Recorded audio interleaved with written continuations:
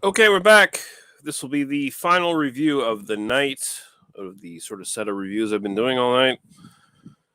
This one I save for last, not because it's necessarily saving the best for last or anything like that. It's just, oh no, I have a history with this brewery. As far as their canned stuff that shows up at the NSLC, I've had a very negative history with this brewery. Sea Level Brewing, their Rojo Mojo Red Ale in cans, tall boy cans at the NSLC. And I have loved Sea Level since it started. Been supporting them for many, many years. When I first did reviews of their stuff on my channel, on my old reviews, the Hoagley beer reviews,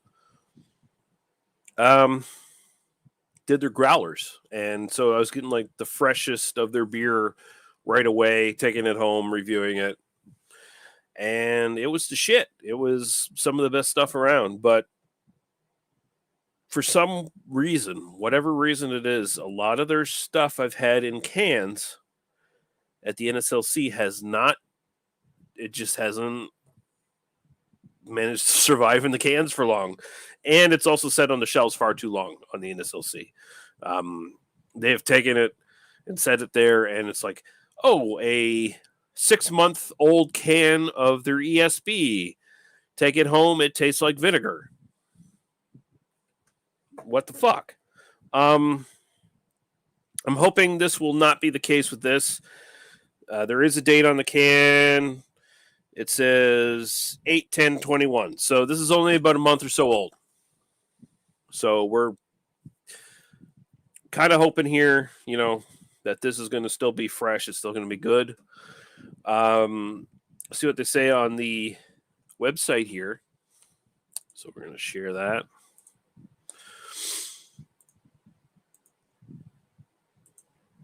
And so here they got their website, nice modern website. Goes through like stuff. Okay, so we go to our drinks, I guess is where we're going to need to go. So they do craft beer and cider. I've not had any of their ciders as far as I recall. I should probably try some of those. So we got their Millstone Harvest Ale. That I had that in the can. It wasn't good in the can. The Blue Heron ESB was one of my favorite beers of theirs. Never had it good out of the can. We got the Rojo Mojo Red, 5.2%. That's the one we're doing tonight. English style of malty backbone. They use English Fuggles and East Kent Golding. So there you go. Blueberry Pale Ale. I don't think I've ever had their blueberry. Then they got their ciders. And they got seasonals. Sea Level Brewing Southern IPA Cross. I don't think I've ever had that. What's their seasonals? That's it. That's all they're showing. They had a porter at one point, and that kind of disappeared, I guess. Maybe they don't make it anymore. That's disappointing. Their porter was fucking fantastic. Anyway, we'll get rid of that. So we got to do the red ale. Let's see what we think. Okay, so it's not exploding out of the can like the old cans of ESB were. That is a good sign. This is fairly fresh in the can, so it stands to reason that it should still be fresh and okay. We'll see. I really want this to be good. I don't like shitting on Sea Level. They say anything different on the can here? Opened in 2007. And they joined up with the Millstone Brewhouse farm to become an estate brewery. So like their main focus is farm to glass. They're growing most of their hops and stuff that they use at this point. And they talk about the unique terroir of Nova Scotia in their beer. This is all very good talking points, but unless, the actual beer works, then it doesn't mean shit. And They say the same stuff as far as Kent Golding and Fuggles on here. Yeah. And we have the lovely Lee Hardy saying, "You're fresh and okay." I love you. All right. So there you go. It looks a little more light coppery on the actual, like you can get it like the little bit of light there on the bottom. It looks more deep, darker copper on, as far as my eyeballs can see here in person. So it does look like a red ale. Nice, good amber, solid amber color, red color.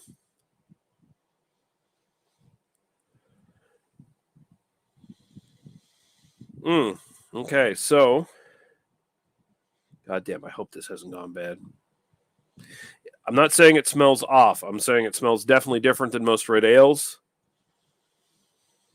It's a very dry, biscuity smell. The malt is not as sweet as you might expect from a red ale. It's very earthy and dry. But it is a really pronounced malt smell as well. But it's got an earthy, hot backbone in there. All right, let's do it. Cheers.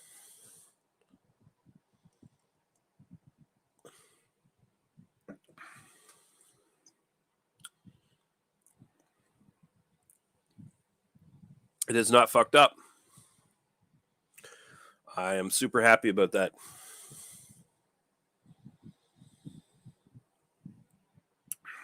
Now, most red ales these days, breweries tend to overhop them or make them too sweet. I do like hoppy red ales, don't get me wrong. It is a style I do enjoy because you get a nice balance between, generally, if it's done right, you get a nice balance between the malt. You still get that big malty character that a red ale is known for. And you get some nice hop flavor as well, like really coming in, which is not necessarily a traditional thing with a red ale. I should say you get different hops. Hops are important in a red ale to give you a dry, earthy character at the finish. But then you get like these modern interpretations where the hops are a bit bigger and probably different, maybe giving you some like weird citrusy flavors or something else going on that you would not expect from a red ale necessarily. And I've had several examples that work really well, and I like that style. Now, this is definitely probably the most unique red ale in the Maritimes as far as it taste goes now. Now, I can remember this being sweeter. I definitely can remember this being sweeter. I don't know if the change has to do with the fact that they're now doing it at the farm that they own or whatever, where they're growing their own hops and they have their terroir, quote unquote, all that stuff going on. If that's the case and it's changed the taste of this, I think it's changed it for the better in the sense that this is the most unique red ale you're probably going to find in Nova Scotia. Because usually you're either going to find something that's really hopped up, or you're going to find something that is very malty, but maybe too sweet, or just in general pretty sweet.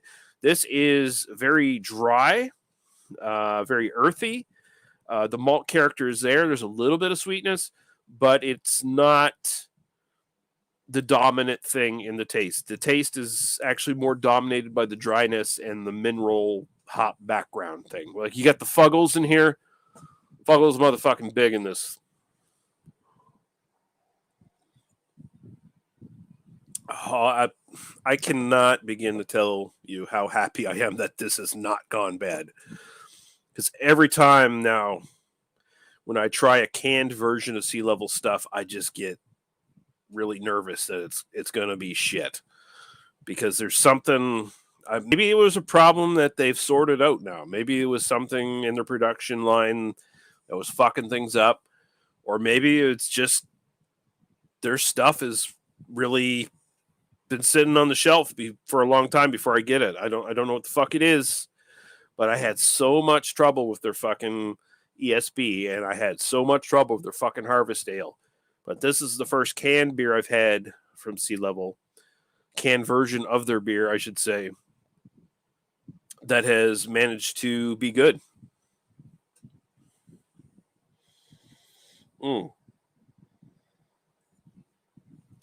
Dry, earthy, beautiful. Does it fit the style of red/amber ale as I've known it? It's definitely different. It's definitely different from what I traditionally know a red ale to be, because like it is on the super dry, earthy end of the scale. That being said, I still think they do it really well here. Like as far as a variation on the red ale that is not your usual sweet thing, and it's not your usual. Oh, let's put some modern different hops into it and see where it goes. This is really going into a specific little niche that it wants to occupy, and I kind of love them for it. It's not the same Rojo Mojo Red that I remember back in the day when I was buying growlers from Sea Level. And that's okay. Beer can evolve.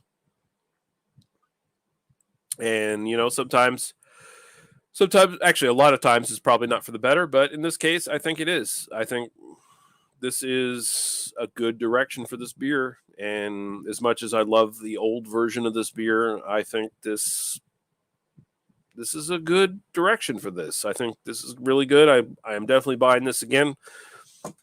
Style, I'm going to throw an 8. Personal enjoyment, I'm going to go 7.5. I'm definitely picking this up again. Sea Level Rojo Mojo Red Ale. I'm happy to say that this is good out of the fucking can. And we have someone saying, let's see here. Lucas Delijuski. Spy Ninjas. Hi. Is me, Lucas Delijuski. Okay. That's supposed to mean something to me. I don't know. Let's put this back up. I'm fresh and okay. That's the most important message here.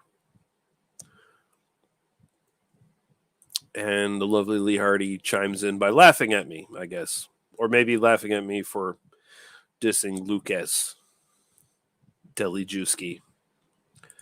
And then she gives me a heart because she loves me and I love her. At least I assume that's the reason she put a heart there. Yeah, okay, thanks for watching, guys. I'm getting out of here. I'm going to hang out with a beautiful woman. It's not every day you hear that from a fucking beer tuber. And I'm out here. Bye-bye.